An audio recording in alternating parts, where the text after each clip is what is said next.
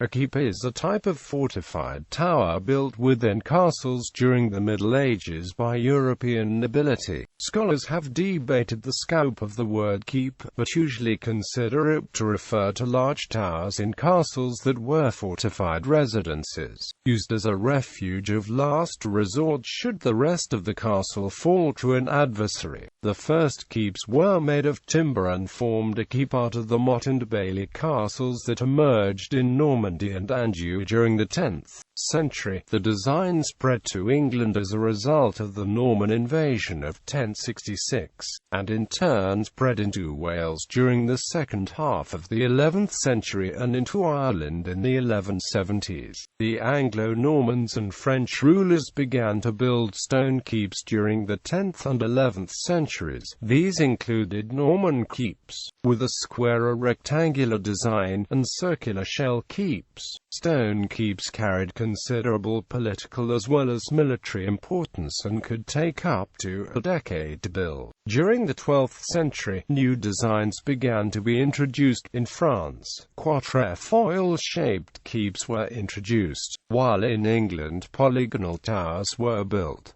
By the end of the century, French and English keep designs began to diverge. Philip II of France built a sequence of circular keeps as part of his bid to stamp his royal authority on his new territories, while in England castles were built without keeps. In Spain, keeps were increasingly incorporated into both Christian and Islamic castles, although in Germany tall towers called Burgfriede were preferred to keeps in the Western fashion. In the second half of the 14th century, there was a resurgence in the building of keeps. In France, the keep at Vincennes began a fashion for tall, heavily machicolated designs, a trend adopted in Spain most prominently through the Valladolid school of Spanish castle design. Meanwhile, tower keeps in England became popular amongst the most wealthy nobles. These large keeps, each uniquely designed, formed part of the grandest castles built during the period. By the 16th century, however, keeps were slowly falling out of fashion as fortifications and residences. Many were destroyed in civil wars between the 17th and 18th centuries, or incorporated into gardens as an alternative to follies.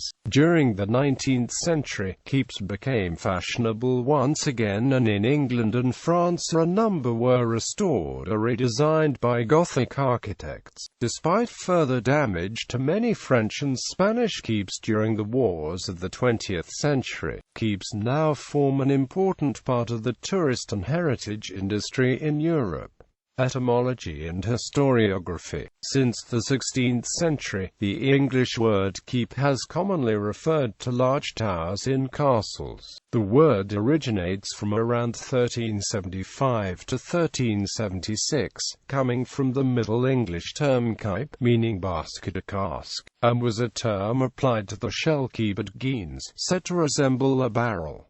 The term came to be used for other shell keeps by the 15th century. By the 17th century, the word keep lost its original reference to baskets or casks, and was popularly assumed to have come from the Middle English word keep, meaning to hold or to protect. Early on, the use of the word keep became associated with the idea of a tower in a castle that would serve both as a fortified, high-status private residence and a refuge of last resort. The issue was complicated by the building of fortified Renaissance towers in Italy called tenazze that were used as defenses of last resort and were also named after the Italian for to hold or to keep. By the 19th century, Victorian historians incorrectly concluded that the etymology of the words keep and tenazze were linked, and that all keeps had fulfilled this military function. As a result of this evolution in meaning, the use of the term keep in historical analysis today can be problematic. Contemporary medieval writers used various terms for the buildings we would today call keeps. In Latin, they are variously described as turris,